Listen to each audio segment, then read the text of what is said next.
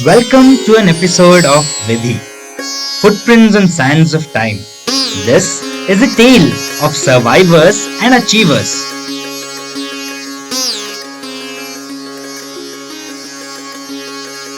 Warm welcome to all of you and Mr. Rasho. Thank you for being with us today to Vidhi, our podcast, which is Footprints on the Sands of Time. We met Mr. Ashok in 2019 when he had met with an accident. He is an avid cycler, so he is cycling close to 80,000 kilometers now, which is like amazing. By profession, he's an engineer and he has a software testing company of his own. But we had the opportunity to meet him in 2019, where while cycling, he had a small accident and hit his face to the road. That was quite a terrible one. I mean, something when you love doing and something so nasty happened. So we got to see him and we saw that there are 14 burns in the face. For whoever don't know about it, 7 of them of his were fractured. We saw him, got him ready, tested with all the scans and things like that. He was a very positive person, I must say. He said, okay doctor, let's go ahead for whatever it is. And he had to undergo a major surgery. We had to fix all the bones in his face back, get his jaws into the right position, the upper jaw, lower jaw, the joints of the lower jaw, and look at him now. It's quite a wonderful story, though I was not at surgery. I mean, you look amazing, sir. Absolutely. It's an honor having you here. Thank you so much for being with us today. So we would like to start by asking you about how your life was before 2019, a general picture of what you do as a person as well as in your profession, and how this point of time in life changed the whole thing for you.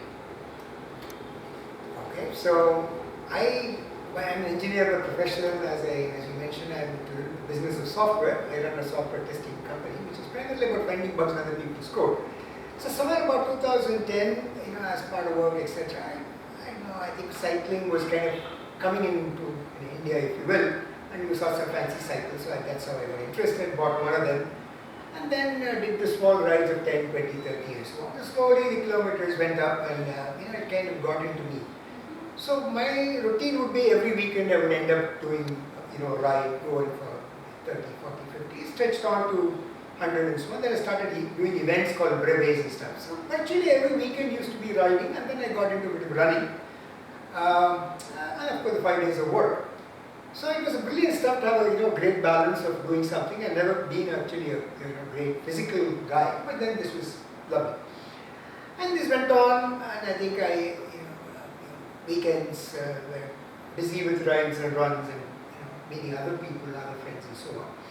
One day it turned out to be interesting when I was actually doing a practice for one of those rides, which was upcoming. It was a 1,000-kilometer ride. So I didn't have too much of time to go outside and do practice. I was kind of doing simple loops of about 5 kilometers in the house. And I know the area very well. And interesting thing was, I was doing multiple rounds. Maybe I had done about 50 or 60 kilometers that day. I thought I'd probably do about 100, 120 kilometers. And I used to go over a standard hump. Maybe one of those times I missed just the hump. Mm-hmm. So, the hump made me fly off the cycle, and then that's how I fell down. And then life became very interesting, I would say.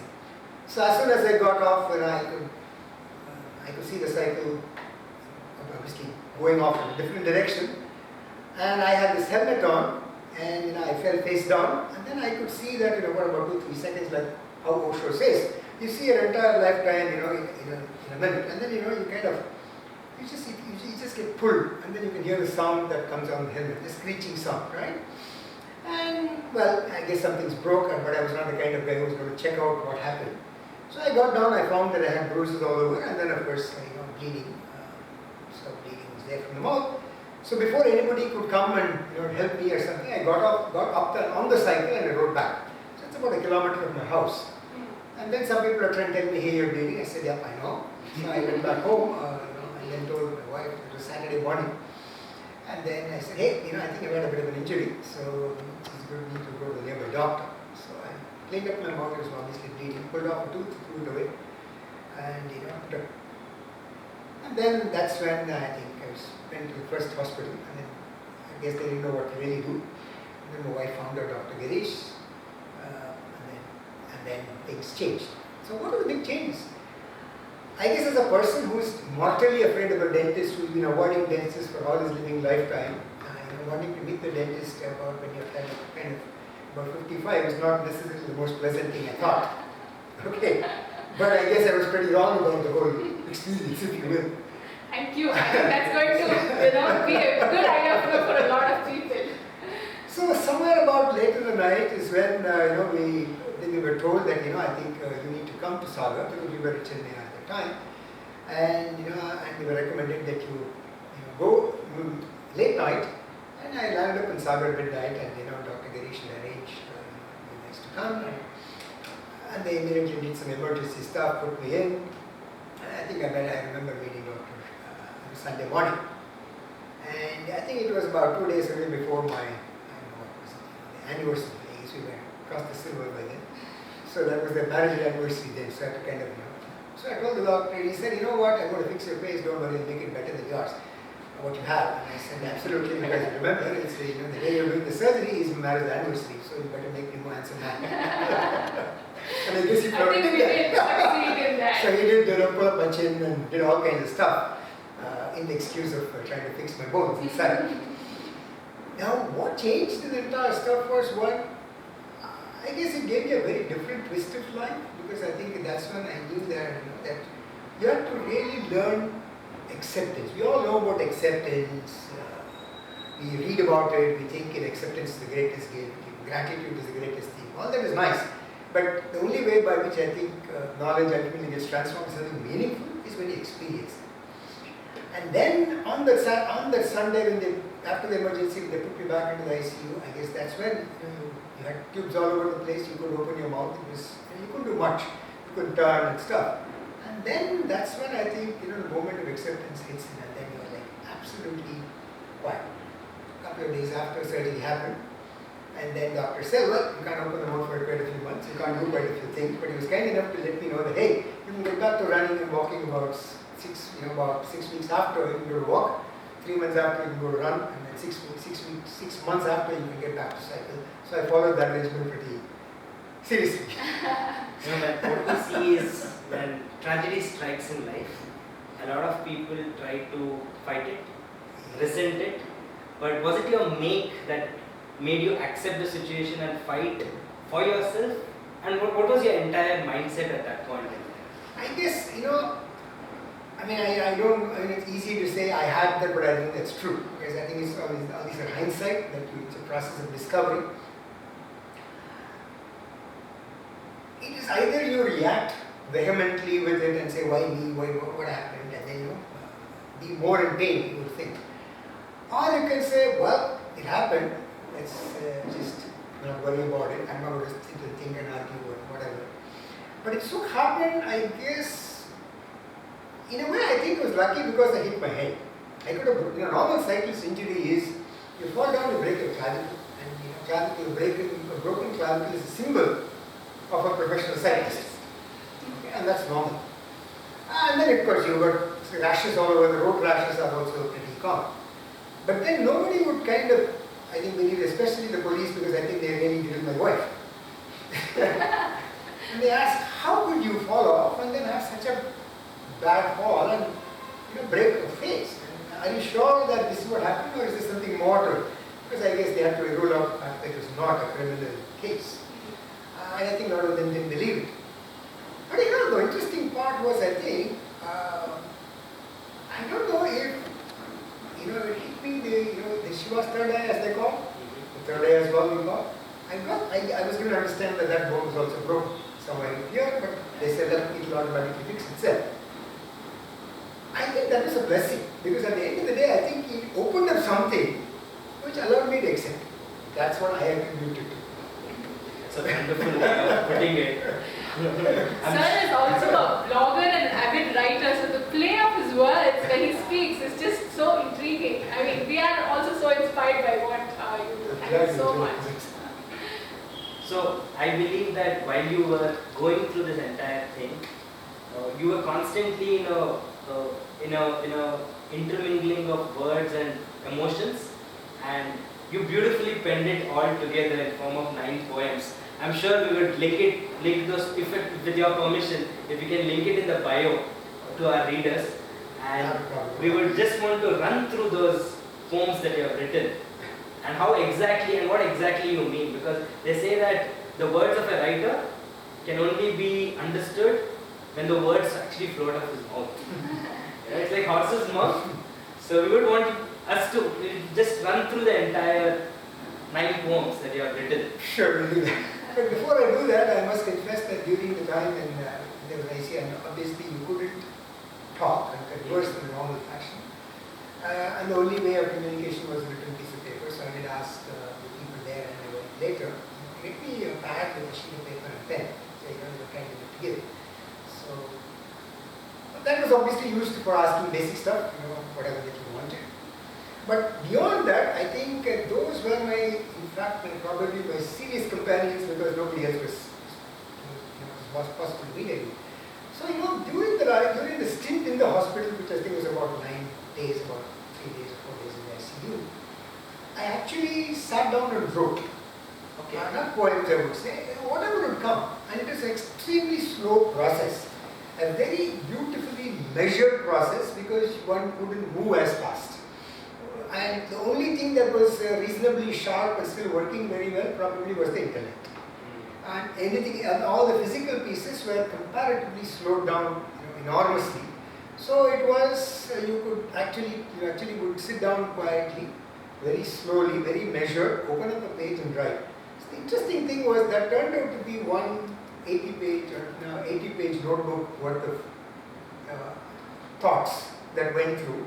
Some of which turned into those poems that you see later, when I converted that into a little bit of a poetic form and had a little syntax.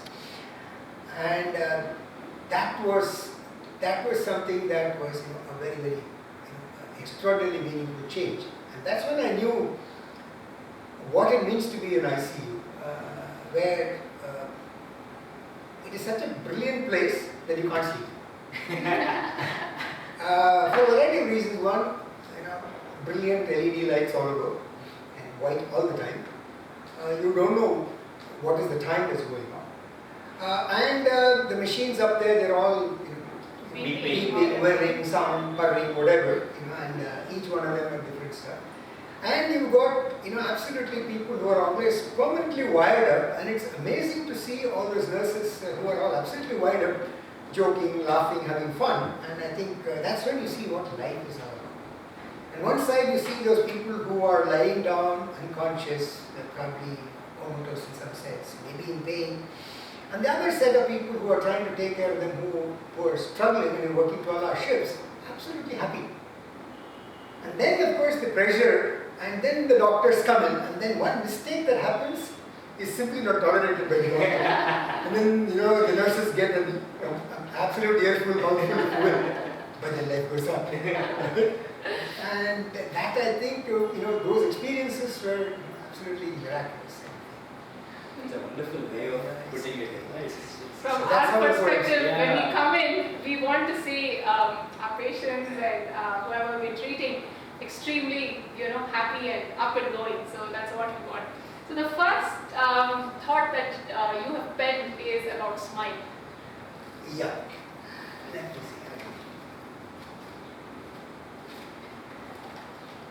Yeah, this is where it was. So what do you want me to do? You want to read it out to us and put your thoughts around anything at all? This is your time. See, what happened was, about 6 months later, the doctor said, hey, I want to come, you to come around to see me, and then when you're all set, you can get back on the site. It was reaching to get back on the site. And so the things went beautifully. I think the healing was, doctors did a fantastic job, Dr Girish Rao and hospital. I think they did a terrific job. And I think the act of positivism and probably certain bit of physical stuff helped me to get back. So every time when we would do a ride, when obviously people would take pictures, and it was very customary to have a smile. Right? And people thought that my smile was interesting. So there was this ride which I think after this accident happened. Approximately about 8 to 9 months later, I did my first, got back into the brewery in a 200-kilometer ride. So it was kind of a sentiment ride. So I finished the ride, came back, and then a friend came, and then we said, hey, let's take a selfie, and I've not seen you for a long time, and so on. I've heard much about you, etc. So we took a smile, and then they posted, and she posted on Facebook. And a good friend of mine who's a news reporter in Times of India, he commented on that, said, sure. There's a lovely girl next to you who is there, and you take a picture with her, and why the heck are you not smiling? So, and I had to kind of, I said, okay, I wrote up a small comment and said, look, the smile is inside my fin, and it cannot come out right now because there are pieces of my face which probably are not helping me get it out, but don't worry, it's inside. And that's what I got, commented, and then I said, hey, this guy needs a better explanation, and then I went back, sat down, and wrote my first poem.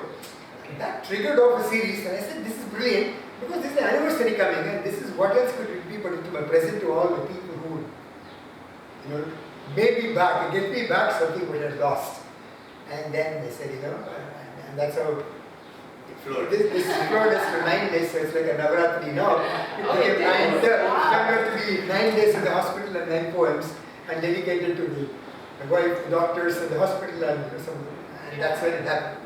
So the first one really is a smile, but that's what happened. A dear friend asked me as to why I look grim in a recent photo. It triggered me in a simple poetic response, and that's what it is. I call it a series called Realization, with the first one being titled Smile. So it goes like this. 2 years ago, I overtook my cycle and kissed the earth. A few weeks later is when I noticed that I had lost the smile. A selfie showed it had gone inward, for off the stiff face was a faint silhouette of a radiant heart, absolute at peace. Now I know it is not just muscles and face you activate to smile, it is the inner grace you radiate with style, gently via your eyes. Beautiful. Love the interplay of words and the deep emotions behind it. Okay, moving on, they say that you truly hear your own self in the midst of silence. The next poem is called Silence. How would you like to take that on? So I think this was triggered by this, if I were somewhat to paraphrase, an accident really can be wonderful. Now many years ago, of course, I've been fairly interested in philosophy, Hinduism, Vedanta, any religions for that matter. So I had a lot of reading on Upanishads, and especially the Osho. I've read quite a few of his books and so on and so forth. And one of them is an Upanishad. So in one of the books he talks about the fact that Osho many years ago, I think was going around a car with his friend, a lady friend, and they meet with a bad accident. And the lady is all completely flustered. I mean, she's all worked up. Luckily, nothing major happened. And here is this gentleman absolutely calm and peace. And then the lady asks him, hey, how can you be so? And he said, accidents are wonderful because you know what happens? That's when time stops. And when time stops, you see yourself. That's when you see what the Upanishad we call as Atman. Right? And that's what I stuck to me and I said, this is amazing. But you can read it, you can only understand as much. And it took me an experience to relate to that very deeply. And that's when this was. And it exists because of our parents, it started to exist because of parents' accidents, right? Happy accidents, we must say. And that's, so this is that's the background behind this poem called Silence. So again, it starts off in a similar notion of, saying, 2 years ago I flew off my saddle and prostrated to Gaia being the earth. A few hours later, the picture indicated jaw was footloose. For many weeks, the mouth was shut and life simple and quiet. Every action measured, time absolutely slow. Life gentle and serene. Now I know it is not about words spoken, it's about being connected to the outside and staying wide open inside. Listening to unspoken words, savoring life. Beautiful. Very, very textual. I think each of these words, each of these sentences have more layered meanings. And I think each of them can be a podcast. I think that is the weight of those words. Too kind. Not at all. These experiences when happen, after it happens, you kind of go back and try to relish it, which comes down to your third point. So relish is about the things that you enjoy after you've had a painful thing, or how did that come across? I think you take a lot of things for granted in life, right? We think it's okay, it's easy to walk, it's easy to run, enjoy foods. You take a lot of things for granted. And I think only when that is not available to you, you really realize in the truest of the sense. And that's when this was a very simple act, which I think was, having tea, morning tea with a organic glucose biscuit, right? It's one of those things that a lot of us like. I used to enjoy that too. Yeah. So a couple of years ago, when I could drink a cup of tea with organic glucose biscuit, I was in heaven. What's so great about it, right? That's because for quite a few months after the accident, I could not eat. I could not go for lunch, and I was advised only liquid foods, and it was not necessarily hot. So tea itself was gone, and I am a tea or a coffee drinker, depending on. Sometimes I drink tea, sometimes, but it's one of those things I need first thing in the morning. And so when it so happened, when the doctor said, "Okay, now you can have tea," and I asked him, "Is it okay if I have something more than tea? Have a biscuit?" He said, "Yeah, you can dip the biscuit. Don't do too much of grinding." I said, "Brilliant," because until then it was only straw based. Now I could sit based. It was improvement in that. Thanks to Dr. Girish. So that's when, after I finished that kind of stuck to me, and that's what relish is. So 2 years ago, I hit a big road bump and met Mother Earth. A few minutes later, a pearly white popped and very sympathetic. So I think it was about count of 4 or so. So bonded by wires, they lived in isolation, eating frugally for many months. Plain water was nectar, bland rice grew at the feast. A blessing it was to swallow. And that's when I realized what we take simply for granted is amazing magical thing of life. Now we know taste is not in the richness of food, it is in the purity of emptiness. In the absolute slow cherish with tiny morsels to relish. Indeed, it is extraordinary. Wow. This is amazing. What do you relish the most? What kind of food do you relish the most? Sweet. Oh, wonderful. No, but for all the running and cycling he runs, he can afford to have a lot of sweets. I am sure. They say that existence and understanding a human's existence is by mindfulness. Today we have a lot of people speaking about mindfulness in every act that we do. They talk about, for healthy living, it's mindful eating, mindful thinking, mindful living that matters. Just be aware, just the awareness of what you are doing. But it's interesting to know that there's mindfulness in recovery as well. So we'll run down to the next poem, which is called Mindfulness. So before going to the mindfulness poem, I don't know if you had a chance to read a lovely book called The Biology of Belief by Dr. Bruce Lipton. He's a doctor by profession, I think a stem cell biologist, who I think was one of those pioneering guys who believed that science is everything, genetics is everything. So anything in life is all due to gene. I think he was one of the early guys who could actually do a lot of stuff because he knew stem cells better than anyone. Something happened to him. I think he was in New York, he was teaching in the New York University or something like that. And then being a full-time tenure position, he had to go up to Jamaica. I mean, something happened to him, he kind of dabbled with a lot of stuff, quantum mechanics and Schrodinger's principle, all that stuff. And then he came to the conclusion biology is not everything. In fact, it is not biology. And that's in the book called The Biology of Belief. He said it's all about belief and belief changes biology. And the entire book was written. I had the opportunity to read it many years ago. And I always said that's interesting because there are people, I think the book talked about a few cases where people were severe cancer. They were the last legs and they were in the ICU, comatose and stuff like that. Completely everything stopped. And then the lady has this vision and then she gets out and then they don't find a trace of cancer. And then the book said, it's all about mindfulness. And And there is also a lot of mindfulness books, etc. And I used to do some bit of meditation and so on. But this was a moment where I could actually do it like the Vipassana meditation of 10 days of silence. I didn't have to go anywhere. Absolutely. And this realization happened because of a clock. Do you know that the third hand of a clock, that is second hand really, can really change you completely? Normally the third hand is the one which goes the fastest because it's the second hand, right? Yes. Confined to a bed in the hospital, in the ICU, with severely restricted movements in a brightly lit ICU, with a wall clock was life-changing. Reason? First day nothing moved, including the hands of the clock. And that's due to the lack of battery in the clock. On the second day with a new battery, magic happened. I was in sync with the second hand, absolutely mindful, and body healed rapidly. And that's when I related to Dr. Girish book, which said that, you know what, if you're mindful, the body heals. The body does something magical. And this is what is worse, therefore, as mindful. 2 years ago, I disconnected from the bike.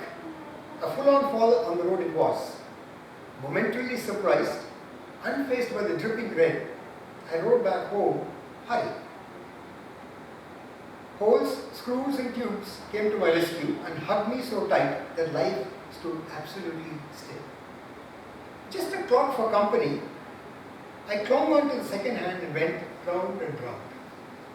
Now I realized that it is being in the moment, not a relentless movement, that matters for a full-on life, to disconnect from anxiety and connect to a life of deity. And that is when I think I lost the, and at that point in time, I would say that I lost the fear of dentistry. I accepted the doctors. And it was, in my opinion, a big thing for me because I react more from the mind rather than from the physical pain. So I guess more the fact that you put the machine and start the motor and then the ultrasound or whatever, high frequency sound kind of bothers me so much. And this was probably very necessary. And I think this is what probably healed me, in addition to all the other good things that the doctors did, what we always did. And like what they say, the doctor does everything, but it's up to the patient to heal. That's what I think. So I think Dr. Girish liked me and he kept on, and wife keeps on even saying today that I've been a model patient for him. More than a model. You look like a model now, in fact. And now you are inspiring so many others who are in the same phase, and I'm sure are going to be like, wow, this is what life is after an accident. I should not think anywhere else apart from this. So you were bound in so many ways. As we said, you were in a bed, you were restricted to it. But then you let your thoughts loosen out and blend out into such a beautiful poetry, which brings us to the next one, which says loosen. I think life for most of us is about being busy, going from one to another and so on. And though philosophically we say we should be mindful, we should let go, etc. It is not easy. It is simply not possible. Now the other thing is all about, we always look at one notion of logic and science and the other side of being in faith, which is kind of the Western versus the Eastern science. Western is all about logic, Eastern is all about faith. So I did an activities repetitively against a large backdrop of suspicion only to have faith. And then one day magic happens. What happened was, I think I was asking, you guys gave me a terrific exercise. I think that has been probably the most difficult exercise for me the entire life. It was not running, it was not cycling, etc. It was the notion of having ice cream sticks put into your mouth and slowly putting one extra at a time and loosening up the jaw.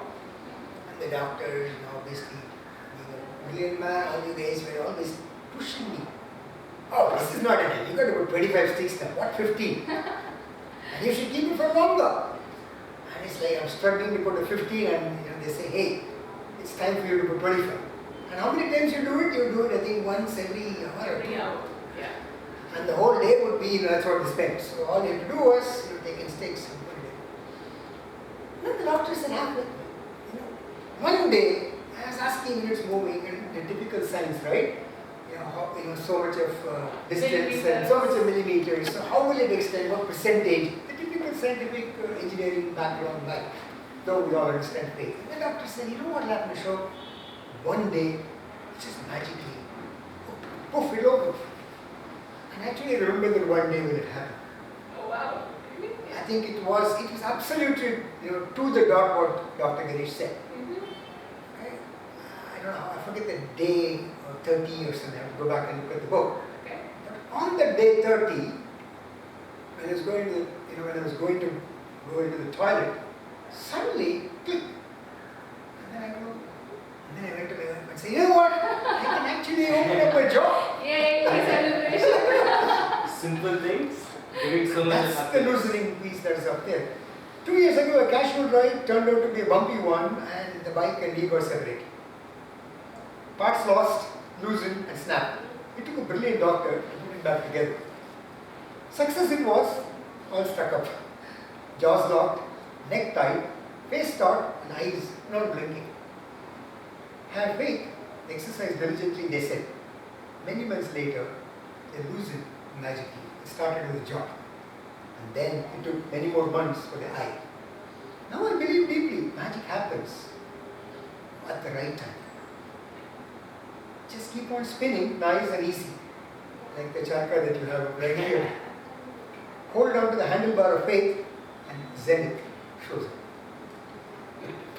I think we'll all aim for the same of cycling as well. I think that is. But I think this was an exercise of, what this accident was is basically, real life teaching. I think we all go through that, different phases, we all express it. I think God it was fortunate of me for me to kind of simplify it and put it in terms of few verses, if you will, and each one of them identifying one part. So first it was the jaw which would actually open up, and then I think it took me many, I think close to about 8-9 months. My wife got worried. She said, "Start blinking, eyes are blinking. We should go to the neurologist. We should do this." I said, "I'm not." The doctor said, "Hang on. I'm not going to go and complicate my life anymore." She was damn worried. I said, "Let's see." I think it took us about closer to a year, and then one day she said, "You know what? Yeah, both eyes are moving, you're blinking." I told you, right? And then I think about 2 years later, and maybe it took me another quite a few months because the neck was completely locked, and I was having difficulty. And then I went to an ortho for some other reason, and then he said, "Don't worry, just do exercise. Whatever that you're doing is fine. Just hold on, do nothing. It will." Because the catch was, when you cycle, your head is like this, and I couldn't do that. That was the problem. Right. And so the first 6 months of cycling, first 1 year of cycling was very measured, and it would hurt. So it's very difficult to go more than 50. And I was wanting to get back into the hundreds and so on. So it took about a year before it slowly loosened. It still is tight a little bit, but I guess, it's okay. That will be taken care of. I love the way you accepted the whole thing. They say that acceptance is the most difficult thing to accept in life. It's very difficult to accept that something has to be accepted. So that brings on to your next poem, it's called Accept. How did that come about? Yeah, you're right. You said accept, to observe, to be not affected is truly the greatest gift, and I think it's only a gift. You can do what you want, you can read everything, but it probably... This business of acceptance, I think, is something that I experienced during my cycling days. So what happens in a long distance when it's very particularly repetitive motion? Now that brings about, to another interesting book of Osho, which is called the Book of Secrets. It's a 1,000-page book. It's basically a series of lectures. It's 112 sutras. Sutras being 2 lines. Right? It was written apparently by Lord Shiva himself, originally titled as Kala Bhairava Tantra. And Tantra means experience, and Jnana means education, so Kala means Shiva, so it is Bhairava means Shiva, so it is basically what experience? Experience to discover yourself. So it's 112 sutras, 112 techniques of meditation. And each one of them works for you, one will work for you, one will work. So that what Siva said is, look, I don't know which is yours, you find it. One of them will work for you. So one of them will be like as simple as, you sit against an empty wall and keep on staring into the eyes open, and then you find yourself. And that's when you see yourself. Right? So like these, there are various techniques. I read about it, I've gone through the book, listened to all these podcasts, and listened to all this recording. It's always been fascinating. So in the cycling, when you do repetitively something, like standing on the wall, this is just rotate round and round. And just remember, think of doing this 1,000 kilometers or multiples of 100 kilometers non-stop. So 1,000 kilometers is about, for me, it took me about initially 67 hours. 67 hours with about 4 or 5 hours of sleep. So you do 3 days non-stop, day, night, etc. So what happens at some point in time is, you only go round and round and round and round, and that's it. And that's when you accept. Accept in the sense, you just become one with this, and that's when, and that's exactly, many a times I've been blessed to this state during long rides and runs. It's like meditation. That's another technique. But it's something that you discover what works for you. 2 years ago, my bosom buddy, the cycle, decided to give me this blessing so that it's more permanent. And that's what this is as accept. Many years ago, I got a bike and discovered what it means to be free of the lighted stick. Now, what is lighted stick? I used to be a smoker.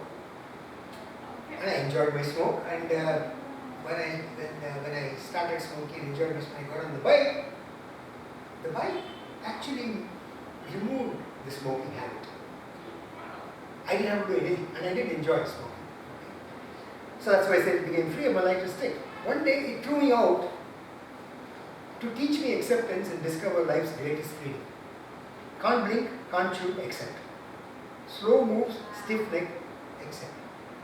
Stuck at home for weeks, accept. Simple tasks measured, accept. Simple pleasures denied, accept. Collateral issues persist, accept.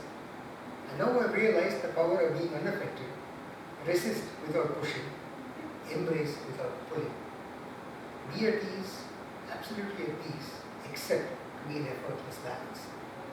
So the cycling and the running, which actually taught me to, because ultimately endurance is really not about the physical part, because I am not blessed with that physical part.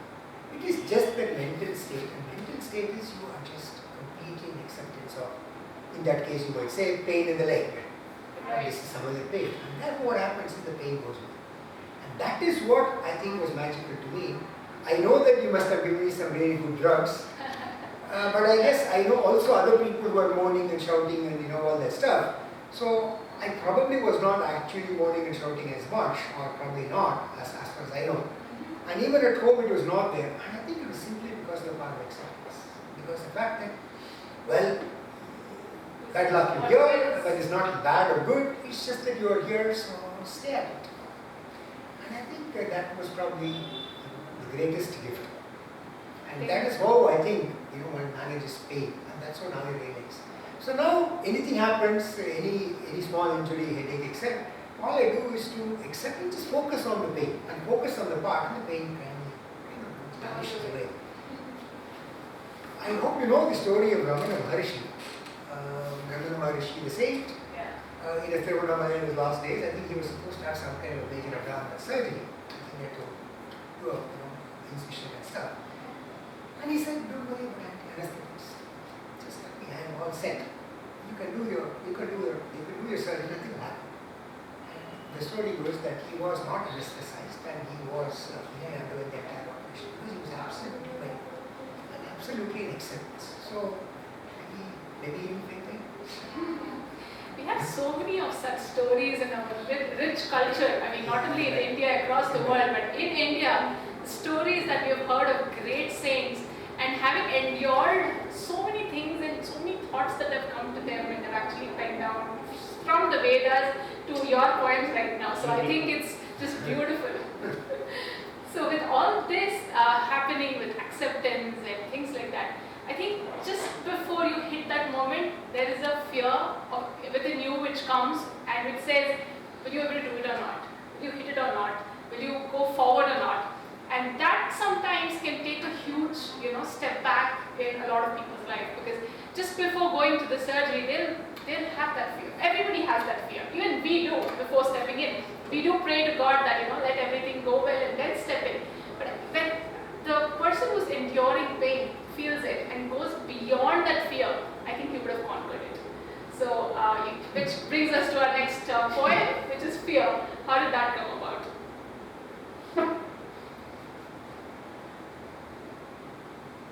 Fear is actually probably one of the most amazing emotions that we all possess. And I think it's probably important to really make friends with it and accept it, because if you lose it, then you become brash and arrogant for sure. And I'm sure that all of us have. It helps us survive for sure, or get sucked into it. Obviously, it just happens how you choose it. I don't know if you really get to choose it, truly speaking. So what happens when fear quietly settles into you? Well, that's what this is. So, post a violent case with the road hump, as a PR would, the body became stiff and resisted doing some actions. It's scary. The next few months was beautiful as the dark fear slowly became transferred. And that's what this is all about. Many years of cycling, supremely confident and carefree, a bump popped up and asked, "Are you confident really?" No fear. The personification of the hump asking you if you're not scared. Wow. I tripped over this question and found the answer after a few months. And that's when it started, the fear of a dentist. The mortal fear, which I think is, if you ask me what is the last list of the fear, which is the topmost, don't ever go to the dentist. Not because of the person, it is just the fact that I think mentally I was not wired. I did have other fears too. I have a fear of heights, I still have. I think I'm much better compared to other stuff. But the only way I got out of the fear was to actually fly off the mountain cliff, with strapped on to somebody else, which many years ago I did. So fear of a dentist, don't resist. Fear of falling, just persist. And that's what is the Himalayan experience, where everybody else, strapped on into Manali and said, "Hey, let's take all those glider rides," and you jump off. And I couldn't do it. And all my two younger children laughed at me and they said, "Yeah, you do it." I said, "You carry on." My wife didn't. She said, "I am more heavier than you, I can do it." And she did a fantastic job. And she enjoyed the whole ride. And well, I went back grumpy. Not grumpy, I went back, and then, next day, I said, "I want to do it." And they were all surprised. And that's when, of course, it did take quite a few efforts to actually jump off the cliff or actually take off your foot. Well, fear of falling, I think you would just persist. Free the mind, don't resist, face the fear, just persist. No thinking, consistent doing, not analyzing, just accepting. I think that the problem for most the fear is we start analyzing. And I think the logic is what comes in the way most of the time. And it is not very pretty, because logic, you obviously have plan A, B, C, D, etc. And it's not very pretty because you don't normally think of the good things, right? And you don't just say, "Hey, there is God, there is some bigger stuff." Now I know the answer. Diligently persist, it dissolves. Gracefully accept, it recedes. One forceful, the other peaceful. Gently face the ominous and raise a boulder, shine confident. So I was damn worried, and I was asking Dr. Girish, "I know that you said it's going to be," and he was not a person who was mincing words. He said, "Yeah, you had a bad one. It's going to take a long surgery. It's going to take quite a few hours. But don't worry. I'll take it." And so on the day of step, I think it was 6 o'clock or something, you went into the ICU and I asked, "Look, I hope you're going to give me one of those, interesting anesthetics so that I don't Feel anything at all." And they were discussing something. Should we do this or this? And I could hear, and suddenly it was just blank. And then it was like many hours later, that fear in that moment was, absolutely, you're in the hands of two wonderful people. And then one did something, and all he did was, I guess, I know what he did, probably put something in my face. And it took me then, it was not any fear, I presume. They say happiness is a perception of thought. What can be happy today need not be happy tomorrow. And what is happy tomorrow need not be the same 3 days later. And so is joy. So cycling was your joy. It gave you a lot of happiness. And also cycling brought you to the stage where you had to be in ICU. How did you find joy back in life in form of the same thing that gave you pain? And what is joy to you? I guess, all of us relate joy to variety of things. I think joy is probably material things and so on and so forth. There's nothing. But I think the real stuff is you realize it when you have the discomfort of something. And you're able to do basic stuff. So the discomfort injury is, it helped me build patience. And therefore you're no more a patient. And what really happened is you actually become mindful. When you become mindful, I guess what you're doing is you're appreciating every small thing. Not appreciation, you're completely in consonance with the time. And I think that is possibly what is joy. It may sound philosophical, it may sound whatever, but I think all of us at some point can absolutely discover. I seem to have trained for the fall. That's what this poem says. With hundreds of cycling hours, circling the earth more than once, which is about 40,000 kilometers away, for a perfect kiss of Mother Earth. Just to rediscover joy in the simple and happiness in the beautifully ordinary. So you could say, I want to, ride the biggest bike, or I want to accomplish the greatest stuff, and therefore attach the material stuff. Right? But ultimately being able to do back the same stuff is what is joy to me. After months of facial exercises, one day parts snapped and sudden up. And that is joy. Absolute joy, right? Which we all took for granted. Eye blinks, closes, just no more stiff. Simple joys of eating and reading. Cycling, running, oh, strength is back. Accelerating to the ordinary again. I think the joy is truly the ordinary, which we forget most of the times in a pursuit of life. Now I realize that the real joy is in the simple things we do that comes that we take for granted. Savoring those mindfully for happiness is a daily affair, a spike and not a spike from special occasions. Beautiful.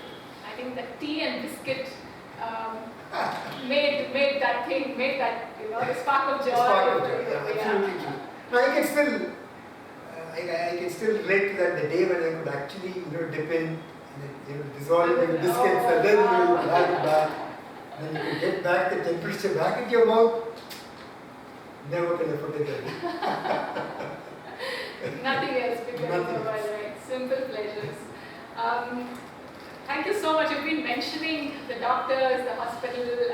Dr. Girish, of course, was the main reason for you to get back in shape. You dedicated the last poem called Transformation to him. Thank you so much for doing that on behalf of him as well, because he is also our guru. He's taught us so many things, not just in surgery but in life, and we always owe that an honor to it. What made you do that, sir? A dedication and say transformation. It's a powerful word to say transform someone. Because I think transforming lives is also one of our mottos in facial surgery. So I know that very much. That was wonderful. I know that very much because that's something that stuck. And I came in, when I did see that. We would like to know more. As I always said, this in truly, it made me realize so many things, and that's how the 8 poems were titled as realization 1 through 8. And the last one was to me, in some sense, the pinnacle, which was like saying, hey, this is truly transformative. Of course, transformation occurs across life. We transform from a young kid into an adult, into a person who is self-sufficient and so on. But life is, I think, much bigger than that, right? And I think it takes a fall to get to the pinnacle. It takes violence to discover the serene. It takes speed to find the joy of sleep. And truly speaking, that's what Chinese call it yin yang. Right? It's the opposites. And that's what I think our entire religious books, Hinduism books, Vedanta talks about. Because Vedanta says, whenever it wants to describe something, it says not in terms of what is, it says what is not. Niyati is what it uses. And that's simply because of the fact that to be able to realize the ultimate, you cannot use the five senses. It needs to go transcend beyond. And unless you transcend beyond those five senses, and what you can perceive with five senses is this is. It is an act of measurement. But that is not an act of measurement. It is about discarding. And what remains is possibly the truth. And each of us find that in our own way, but we all convert. Right? And that's where this yin and yang, and that's why I call it transformation. So this was this transformation. This is the ninth and the last one on the theme of realization. A series that celebrates the 9 days at the hospital, Sagar Hospital, in the magical hands of Dr Girish Rao, the doctor who gave me a new face, which I know is what Buka, your center, is all about. Yes. And I discovered a new me. And this is titled Transformation. A casual form took me to a higher plane and showed me simplicity in the arcane. Magic is in the slow. It's said with a blow. Insight snapped and the mind became rapt. Quiet and observant, it dissolved the stiff into a liquid calm, a stage of gentle flow. More accepting, less resisting. No more worry, far less hurry. More connected, less frustrated. More of poise, less affected by noise. For less words, far more simple and actively slow to catch every ray. Now I realize why I was tossed. A violent escape to explore the serene, to discover the magic in the present, to understand the greatest open secret. In the nothing is everything, and in everything, absolutely nothing. It's a beautiful, it deserves a rich fingers of applause. You know what I have understood through this is that the power of the mind and the strength of a human, though seldom tested, can take you to higher planes. They say that for a kite to grow, to get higher, you need to pull it and not just leave it. So that is what happened in your life, and I'm sure that by listening to it, a lot of people are going to be inspired. It definitely inspired us. We don't know how the time has flown past, and we hope that your story gives a lot of hope to people who are going through the stages in their lives. And I hope that to somebody sleeping in an ICU bed now and the clock is not working, they can reminiscence your words and they can take the joy of moving ahead and making so slow progress. Thank you so much for sharing your life with us. You're truly a modern day yogi. We have so much to learn from you, and hope a lot of people draw inspiration from your stories of life. Thank you so much. I'm really honored to be here and share these little experiences that I had over the years with you all you guys. And I'm always indebted to you, to all of you, to getting me back on my feet and showing me the second part of life.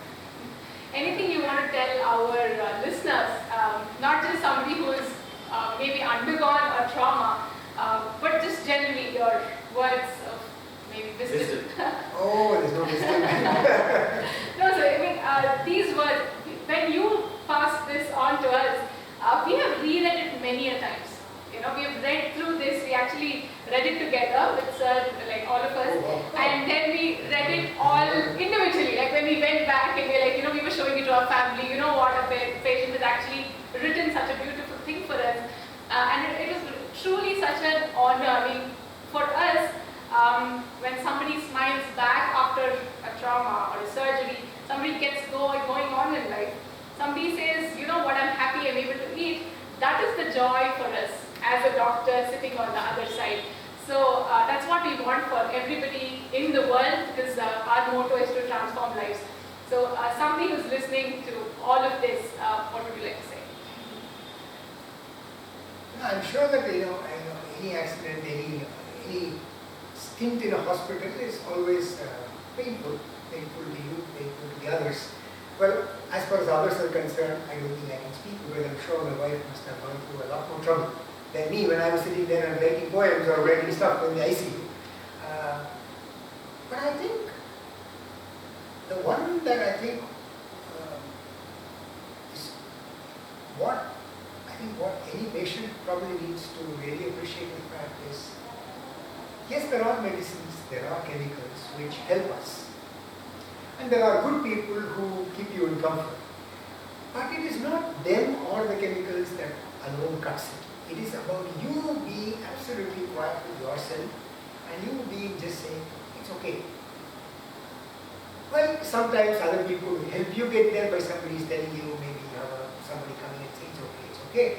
But I think the day you get that, I think everything falls in place and everything actually heals so amazingly. And that is something that's so intensely personal. It is not like you are going through a 10-day program to figure this out, but it's just the fact that it's okay. And I think that resistance is what is the problem for most of us. And as long as you be less resistant, I guess stuff happens. I remember exactly, I think I was eager to go home like everybody else. We were all eager to go home. So I'd come on a Saturday and I thought, hey, you know what, I'm going to go on a Saturday. So Dr. Girish said, I'll come and see you on Saturday and I think you should all be set. On a Friday, I said, tomorrow you should go. So he said, very good. And we all set, preparing, packing up our bags, kind of stuff. And then I guess Friday night, it bleeds. Bleeding had stopped. What happened was, I remember the time, it was about a little after midnight, and I would actually go into an amazing trance in the hospital. So, what I didn't really talk about here, which is just a summon substance, which is actually bent down later, is after the surgery, when I woke up, I think somewhere late in the evening, maybe 6 or 5 or something like that, there was no such, there's not an enormous amount of discomfort maybe, but there's no pain because I guess, drugged me well. But then what happened when I was okay, I'll just be quiet, everything quieted down, right? And then it would be a 60-minute cycle of trance. You go into a trance for 60 minutes, and then after 60 minutes, you would need to have the urge to urinate. And then you need that water, and they would give me exactly 2 ml of water in that little piece, right? And all you had to do was to dip the stuff, and they would give it to me. So I would ask. This 60-minute cycle persisted for the entire night. And that time I could actually, feel something. It went on, and I didn't do anything to make it happen. So on the Friday, going back to the hospital on the Friday, that night, when I was lying, I was not obviously sleeping well, because you couldn't sleep because all the stuff, sleeping was not an option. So when you're sleeping, when you're kind of awake, everybody else is sleeping, and it's a very comfortable room in the hospital. Suddenly I could feel, I could feel the bloods going through. You feel suddenly getting heated up. So you actually feel the heat, unless you feel it very difficult. And then, boom, and then blood comes out.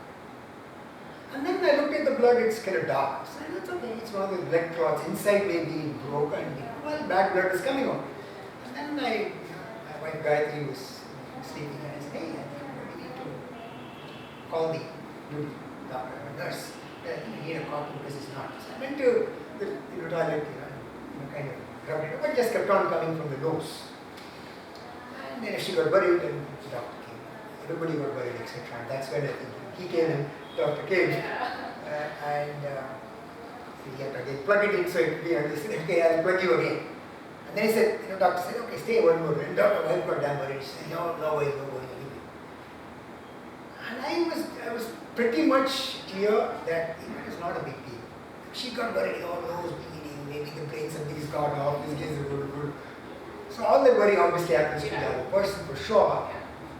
And the absolute acceptance, the absolute quiet, or absolute whatever, I don't know what to call it, belief that everything is going fine.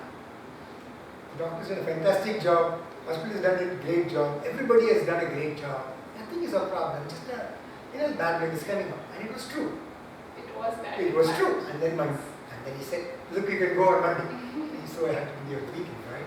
So I guess as long as we are a little more quiet, I guess the healing works better. Your stay to the hospital goes away much more peacefully. More than anything else, I think. You don't feel as much pain. I'm sure there is a lot of discomfort. Yeah. And And the interesting thing was, I think, after about, really for about 8 weeks, when I think you said like you can't turn, sleep would be exactly 1.5 hours a day. So you couldn't really sleep. But that's when I discovered we don't need actually to sleep a lot. I could actually do sleep for about 5 to 6 hours and then do the rest of the day. And then I realized that 1.5 hours is actually good. And the reason for that was you were absolutely quiet when you were lying in the bed. See, then I understood, that's what people say meditation, right? Wow. We got into so many layers from physical fitness to the incidents to meditation to mindfulness And self-discovery. Absolutely. That's the perfect way to sum it up. Thank you so much once again, Mr. Rao, for doing this, and it's been such a pleasure. Always been my pleasure. So you must realize that when you say transforming lives, I think you've got to understand that you may fix a face. What really happens is you actually change your mind. Absolutely. And the outlook to life. That's what my realization has been with, my experience has been with you. Absolutely. It's not just the outer face. Yes. It's the inner face. Definitely. I think that has been the motto in which we've all been working through Sir's inspiration, of course. So thank you so much. Thank you all for listening to Vidhi, the footprints on the sands of time, and the footprints of your sands are etched on the time. Thank you so much. Thank you so much. Vidhi, the podcast is dedicated to tales of healing and facilitators of health and well-being. This is a Mukha facial surgery initiative produced and brought to you by Dr Girish Rao and Mrs. Sujatha Girish. The podcast is hosted by Dr Sri Gauri and Dr Sai Swaroop. Thank you for listening.